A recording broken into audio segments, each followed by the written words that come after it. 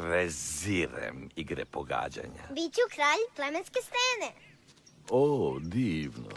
Tata mi je pokazao celo kraljevstvo i ja ću vladati njim. Ha! Da, oprosti što ne skačem od sreće. Malo me bole leđa, znaš. Hej, striže Skare, kad budem kralj, šta ćeš biti ti? Majmunov stric. Baš si čudan. Nemaš ti pojma. Dakle, otac ti je pokazao celo kraljevstvo, jel da? Baš sve.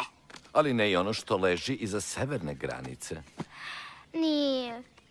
Brani mi da idem tamo. I da znaš, potpuno je u pravu. Preopasno je. Tamo idu samo najhrabriji lavovi. Pa ja sam hrabar. Šta ima tamo? Žao mi je, Simba, ne mogu to da ti kažem. A zašto?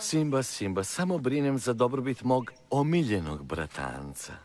Ma da, ja sam ti jedini bratanac. Tim pre što ja moram da te štitim. Groblje slonova nije mesto za takvog princa. Ups! Čije groblje? Wow. O, kako da mi to izleti. Svejedno bi otkrio pre ili posle. Ti si tako pametan, Simba. Učini mi nešto, Simbice. Obećaj da nećeš da ideš na to užasno mesto. Nema problema. Takvog te volim.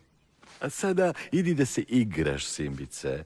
I upamti, ovo je samo naša mala tajna.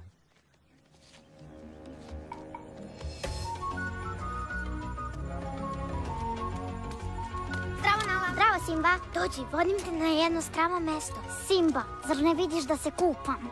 Ni tebi ne bi škodilo. Mama!